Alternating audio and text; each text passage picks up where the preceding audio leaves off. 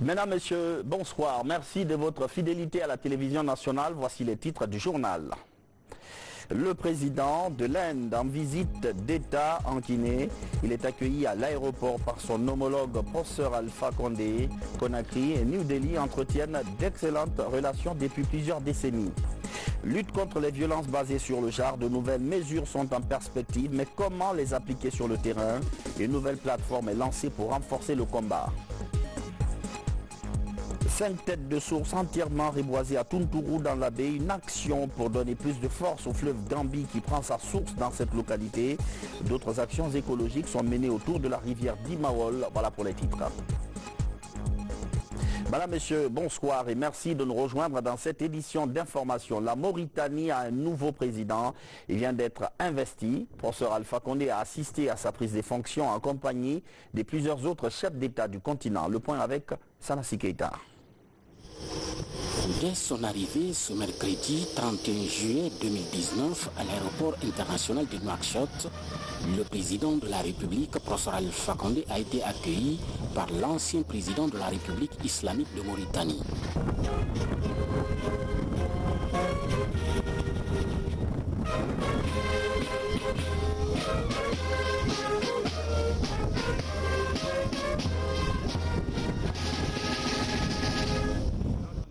Personnalités mauritaniennes et étrangères étaient là sur le tarmac de cet aéroport pour souhaiter la bienvenue au président de la République, professeur Alpha Condé. Professeur Alpha Condé qui arrive dans la capitale mauritanienne pour prendre part ce jeudi 1er août 2019 à la cérémonie d'investiture du nouveau président, Mohamed Ould Rajouani. Au salon d'honneur de cet aéroport, le président Alpha Condé échange longuement avec son frère et ami, Mohamed Ould Abdelaziz, sur les questions liées surtout au renforcement de l'axe de coopération Conakry-Nouakchott. Quelques heures après, c'est le palais présidentiel de Nouakchott qui ouvre ses portes aux délégations étrangères venues des 4 coins du monde pour un dîner offert par le président Mohamed Ould Abdelaziz à leur honneur. Toutes ces personnalités ont rehaussé massivement de leur présence cette invitation pour partager avec le peuple mauritanien ce moment historique qui marque l'arrivée d'un nouvel élu à la tête de la République islamique. Ce jeudi 1er août 2019, les délégations du monde entier rallient donc le Centre international de conférence Al-Mourabitoun. Objectif, prendre part à la cérémonie d'investiture du président Mohamed Ould Rajouani, élu à la tête de la Mauritanie à la faveur de l'élection présidentielle du 22 juin 2019, avec plus de 52% des suffrages. Dans cette salle archi-comble, l'ancien président de la République islamique de Mauritanie a félicité Mohamed Ould Rajouani pour son élection à la magistrature du pays. Une occasion mise à profit par Mohamed Ould Abdelaziz de citer les nombreuses réalisations de ces dernières années en Mauritanie sous sa direction, tout en souhaitant bon vent au nouvel élu dans la lourde charge de gestion des affaires de l'État qu'il entreprend désormais. Ainsi investi, Mohamed Ould Rajouani a dans son discours remercié et félicité son prédécesseur pour le remarquable travail accompli en faveur du peuple mauritanien avec la réalisation de nombreuses infrastructures. Le nouvel élu a également tendu la main à toute la classe politique mauritanienne pour construire à l'unisson une Mauritanie unie et progressiste. Cet ex-général et ministre de la Défense a promis de mettre tout en œuvre pour non seulement consolider les acquis démocratiques, mais également engager de nombreux projets allant dans le sens de l'autonomisation des femmes et de l'insertion socio-professionnelle à grande échelle des jeunes. Il était annoncé hier, il est arrivé ce soir. Le président Ramnath Kovind est en visite d'État à Conakry. Le président indien a été accueilli à l'aéroport par son frère et ami professeur Alpha Condé. Les deux hommes d'État vont se pencher sur le raffermissement des relations historiques entre Conakry et New Delhi. Mahmoud Bali. C'est ce géant désert qui a transporté le président de la République de l'Inde à Conakry. Au bas de l'échelle de poupée, professeur Alpha Condé, le président de la République.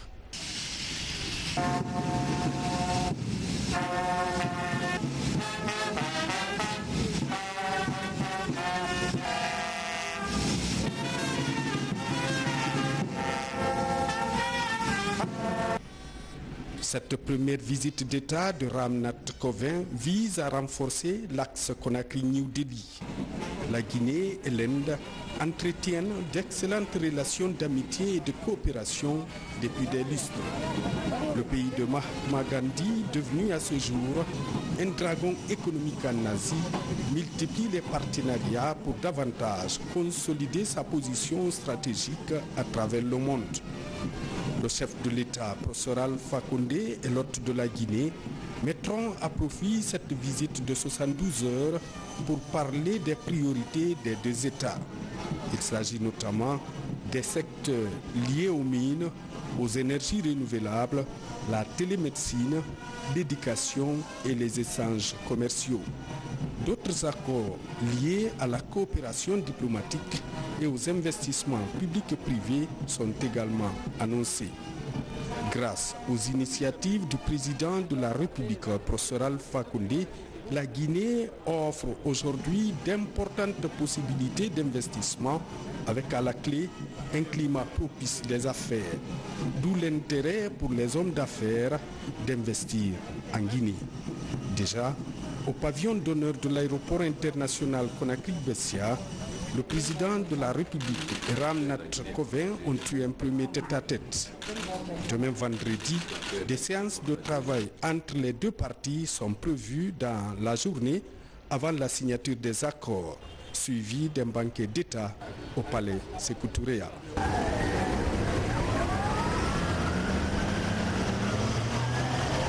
Une belle carrière d'avocat avant d'occuper pendant 12 ans une grande place au sein du Conseil des États et plus tard d'être nommé gouverneur. Ramnath Kovind a gravi tous les échelons avant d'être élu président en 2017.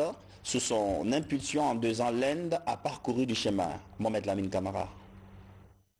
Ramnath Kovind est le 14e président de la République de l'Inde. Cet homme d'État indien est né le 1er octobre 1945. Il a fait ses études supérieures à l'université de Kanpur en Inde, dont il sort diplômé en droit commercial. Après l'obtention de ce diplôme, Ramnath Kovind part à New Delhi, la capitale indienne, pour préparer un examen des services civils qu'il obtiendra après. Il devient alors avocat du gouvernement central à la haute cour de Delhi, fonction qu'il assume de 1977 à 1979.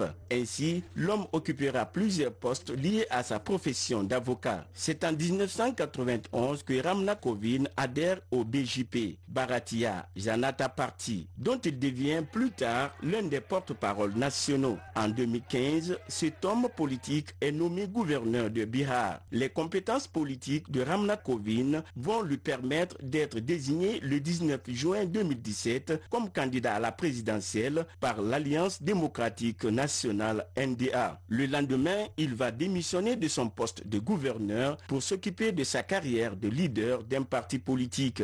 Depuis le 25 juillet 2017, pour un mandat de 5 ans, Ramnath Kovind est élu président de l'Inde, un des pays dragons de l'Asie, dont la population est estimée à plus d'1,250 milliard d'habitants. Avec les indicateurs en pleine croissance, l'économie indienne est basée sur le développement de 2 secteurs, l'informatique et les télécommunications. Selon les données du Fonds monétaire international, en 2018, l'Inde est la 6e puissance économique mondiale. Pendant ce temps, le vice-président de la Banque mondiale, lui, boucle une visite de travail de 72 heures en Guinée. Et il y a une bonne nouvelle. Pendant les 6 prochaines années, l'institution va tripler ses interventions dans notre pays. Il explique les raisons sur le plateau de l'entretien des Colomars. Extrait. Un pays qui a beaucoup d'atouts et beaucoup de possibilités. Elle a les richesses naturelles, les mines, il y a l'agriculture, il y a sa jeunesse. Donc nous, à la Banque mondiale, nous sommes très optimistes pour le futur de la Guinée. Surtout si nous arrivons à investir davantage dans le capital humain. Finalement, le développement économique, ça dépend du capital humain. Le capital humain, c'est dans ça où on retrouve l'éducation, la santé. Et il y a un point très important. Nous avons développé ce que nous appelons l'indice du capital humain qui inclut la santé, l'éducation. Et Et cet indice est très lié avec le taux de croissance. Nous avons vu que les pays qui ont réussi à augmenter cet indice sont aussi les pays qui ont réussi leur développement. Pour la Guinée, mais partout en Afrique, je pense que pour développer cet indice, pour l'améliorer, nous avons besoin d'investir surtout dans l'autonomisation. Entretien réalisé par Aboubacar Kamara, l'intégralité à suivre après le journal. Un fonds pour accompagner les PME, l'APIP et une banque privée de la place soutiennent le projet. Les deux structures entendent ainsi promouvoir l'émergence de nouvelles entreprises locales. Amadou Touré. De croissance dans un pays, les initiatives privées ou petits témoins d'entreprises souffrent de rareté d'assistance financière publique ou privée. Conséquence, plusieurs initiatives privées meurent prématurément. Nous avons des charges énormes.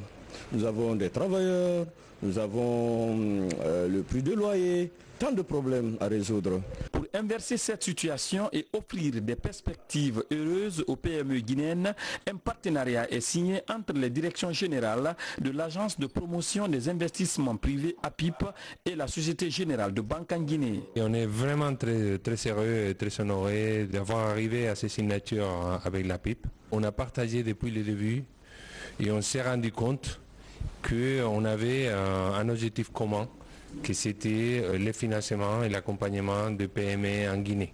En fait, la Société Générale, dans son stratégie en Afrique, qui se base sur 4 piliers, il y a un de 4 que c'est précisément le financement des PME. Dans ces cadres-là, la Société Générale s'est engagée à augmenter ses encours en 60% dans les prochaines 5 années.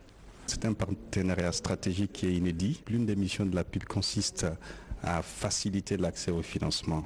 Et l'accès au financement constitue un peu le pilier en fait qui manque dans nos pays. On ne pouvait trouver un partenaire stratégique mieux que la Société Générale. Nous créons en moyenne 8500 entreprises dans l'année, mais il ne faudrait pas s'attarder et se limiter à cette création. Il faut aussi accompagner ces entreprises.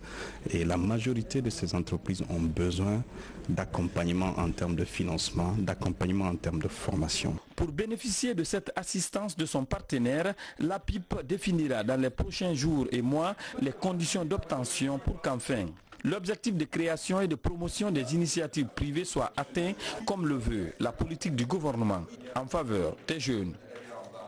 Violence basée sur le genre, le gouvernement durcit le ton et annonce de nouvelles mesures. L'État et ses partenaires forment d'abord des cadres et mettent en place une plateforme de lutte. C'est ce que nous explique notre reporter Mohamed De Camara. Pour gagner le pari dans la lutte contre les violences basées sur le genre, les autorités misent désormais sur le réseautage des acteurs impliqués dans le combat. Cette nouvelle stratégie permettra d'aboutir à une synergie pour un seul but, et réduire le taux de prévalence dû au VBG qui tourne aujourd'hui autour d'une femme violée sur 3. Ce qui explique cette rencontre de Conakry.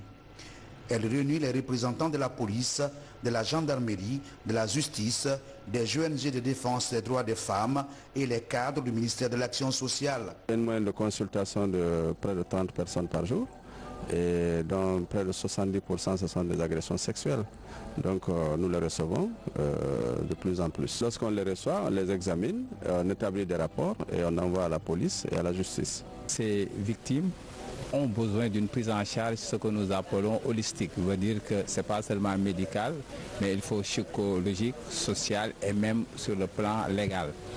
Donc c'est pour ça qu'il faut des équipes de différents ordres et pour que tout ce monde puisse travailler en harmonie pour le bénéfice de ces femmes victimes, il faut donc qu'on les mette en réseau et qu'on les mette en termes de coordination pour que le travail se fasse dans les meilleures conditions.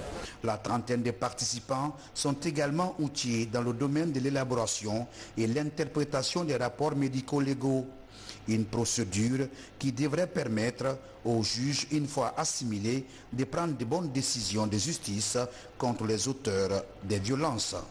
Notre pays est doté d'un arsenal juridique pour pouvoir juger et rendre justice aux victimes.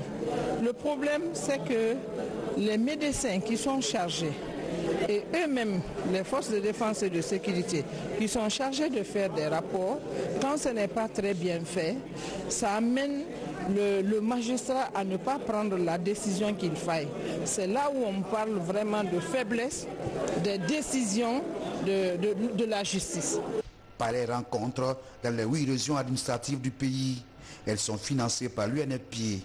Cette nouvelle stratégie permet à la Guinée de marquer des points dans le domaine de la protection des femmes.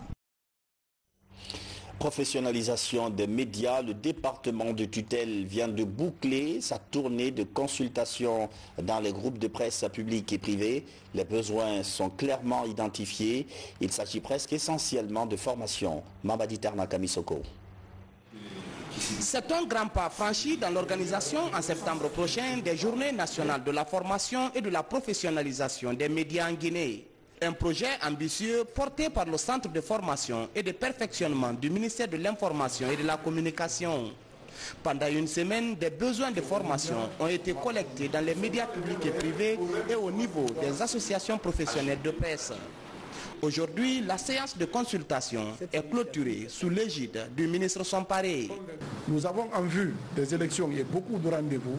Aujourd'hui, le problème de citoyenneté se pose en termes de préoccupation. On ne peut pas, à mon avis, ne pas penser, n'est-ce pas, au rôle important que vous allez jouer en tant que journaliste, en tant que technicien, n'est-ce pas, dans le renforcement de la démocratie, dans le renforcement de l'état de droit, donc dans le renforcement de vivre ensemble. Or, quand le journaliste n'est pas bien formé, il devient un désastre. Médias, formation et performance, telle est la dynamique mise en place. Dans les médias et dans les associations de presse, on croit fermement au projet. À l'Urtelgui, nous avons accueilli avec nos deux mains l'initiative du centre de formation pour la simple raison que quand on écoute aujourd'hui le compte rendu de nos journalistes sur des événements que vous avez vécus ensemble, 30 minutes après, vous vous posez la question, est-ce que ce journaliste est un martien? Est-ce qu'il vient de... Est-ce qu'il a... C'est-à-dire, il raconte les mêmes événements que vous avez vécus il y a quelques minutes. À l'orée des échéances électorales à venir, la Guinée a besoin de journalistes qui s'investissent dans le traitement et la diffusion d'informations responsables. Et le ministère de la Communication tient à cela. La professionnalisation des médias est un enjeu sociétal de taille et c'est d'ailleurs la raison pour laquelle il a retenu l'attention de son Excellence Monsieur le Président de la République qui a bien voulu instruire le Premier ministre pour qu'il l'inscrive comme priorité dans la lettre de mission du département. Et Monsieur Diallo, depuis qu'il a pris fonction, n'a ménagé aucun effort pour mettre en place un dispositif efficace qui permettrait de renforcer les capacités des journalistes et des professionnels des médias. Au terme de ce processus de consultation, une série de formations sera organisée en faveur des hommes de médias guinéens. L'affaire remonte à plusieurs mois et implique 2 villages. On croyait la page complètement tournée, mais non. La justice de Kissidougou a remis sur la table le dossier de destruction de plantations. Le verdict est tombé. 4 personnes sont retenues dans les liens de la culpabilité. Mangafodé Touré. Ce jour du verdict, la salle d'audience du tribunal de première instance de Kissidougou est comble. L'affaire en délibéré intéresse plus d'un dans la région. La destruction d'une plantation d'anacarde sur 35 hectares située entre les villages de Karako et Borokoro est au centre des débats. Au terme des discussions, le président audiencier prononce la sentence. Après en avoir délibéré conformément à la loi sur l'action publique, déclare Ablaye Kourouma coupable de dévastation de plantes dans l'Arcadier. Pour la répression, le condamne à 2 ans d'emprisonnement et à 5 millions de francs guinéens d'amende. Ordonne son placement sous mandat de dépôt. Déclare Mamadi Diaré, Fodé Kourouma et Kassim Kanté coupables de complicité de dévastation de plantes dans l'Arcadier. Pour la répression, les condamne à 1 an d'emprisonnement et à 2 millions de francs guinéens d'amende chacun. L'acte avait indigné les populations de Caraco et les avait opposés à leurs voisins du village de Borokoro. Sur l'action civile, le tribunal condamne solidairement les coupables à payer à la victime 500 millions de francs guinéens pour les dommages causés. Nous entendons donc exercer les voies de recours que la loi nous réserve. Et je suis sûr que le dossier sera examiné en second lieu devant la Cour d'appel et que je suis sûr que la Cour d'appel fera droit à nos demandes. Mais nous sommes satisfaits de la décision du tribunal et rien ne nous empêchera d'accomplir la mission qui est la nôtre. Cette mission, c'est de demander l'application des lois du pays, représentant de la société et l'exécution des décisions de justice et de loi. Il y a juste une année, ces citoyens du village de Borokoro avaient détruit plus de 7000 plants d'anacarde et brisé ainsi le rêve du promoteur Mohamed Alpha Kallo. Le tribunal de première instance de Kissidougou tranche et rend justice. La sanction redonne de l'espoir aux amoureux de la terre et interpelle les citoyens à ne plus se rendre justice. Reportage de Manga Fodé Touré et Silati Kourouma. Environnement à l'abbaye, les têtes de source de la rivière Dimaol viennent d'être reboisées. C'est dans la localité de Tuntourou. D'autres actions écologiques ont également été menées sur le site car c'est là que le fleuve Gambie prend sa source. Sarabdine Diallo, Mamadou Alpha Baldé. À 15 km du centre urbain de l'abbaye, la commune rurale de Tuntourou. La localité abrite l'une des toutes premières forêts classées du pays. Depuis 1936, les forêts de la zone du Hore Dimaol, principal affluent du fleuve Gambie, sont intégralement protégées sur papier. Les réalités du terrain sont tout autres. Le site est touché de plein fouet par la déforestation, ce qui menace dangereusement les 5 têtes de source de la rivière Dimaol. Le fleuve Gambie a pris sa source. Ce n'est qu'une question de protection des têtes de source. Donc, Horedima fait partie parmi nos choix, c'est-à-dire parmi nos priorités de nos activités qui sont dans notre plan d'action 2019. Nous ferons tout pour appliquer ce qu'ils nous ont dit. Il faut savoir que Tuntourou, surtout à Horedima ici, nous avons besoin de reboisement. Et à Tuntourou ici, sachez qu'il y a la jeunesse. La jeunesse est dynamique, disponible à faire de tels travaux. Avec le CREDEL, Centre de recherche et de documentation environnementale de l'abbaye, un plan de sauvetage du massif est lancé. 500 mètres de cordons pierreux sont réalisés pour limiter les incursions et maîtriser l'érosion. À cela s'ajoute une vaste campagne de reboisement. Au-delà de la Guinée, la Gambie couvre plusieurs pays de la région ouest africaine et donc la responsabilité de Horedima est très importante dans la préservation de cette source. Donc à travers le CREDEL pour la région du Fouta, nous avons initié, bien sûr sur les instructions du président de la République, cette opération de reboisement. Ça va continuer, ce n'est qu'un départ, ce n'est qu'un début et nous allons le faire chaque année, mais aussi surtout avec le soutien des populations. Parce que sans l'engagement des populations, l'opération sera vouée à l'échec. Comme partout dans le pays, le gouvernement fournit des efforts pour la protection et la restauration des écosystèmes. À Tuntourou, les populations sont invitées à plus de responsabilités dans l'exploitation des ressources naturelles. À présent, d'autres sujets de l'actualité nationale traités sous forme de télégramme. Guinée en bref, ce soir, c'est avec Alpha Issia Gabar. L'Union européenne, à travers Civipol Conseil, offre 28 motos au ministère de la Sécurité et de la Protection civile.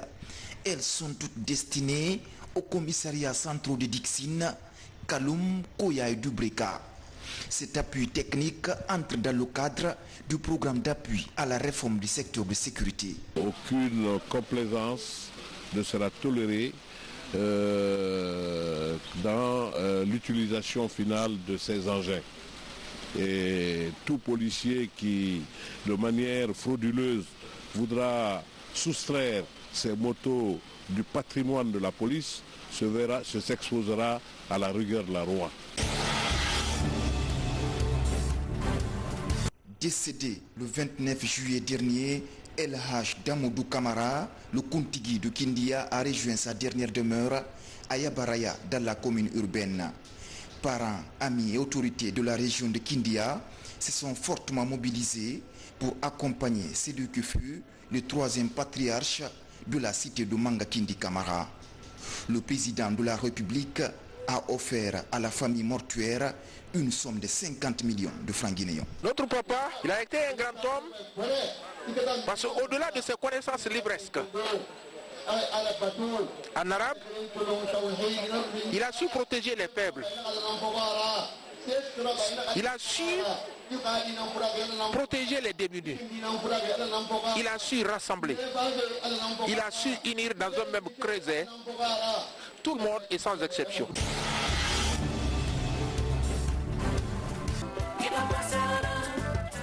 L'artiste chanteur Mohamed Boud Diallo n'est plus. Il est décédé des suites de maladie. Le défunt fut membre de l'orchestre de Pita avant de venir évoluer en solo à Conakry. L'auteur des célèbres chansons Sélélan et Djadja nous quitte laissant de bons souvenirs au public mélomane.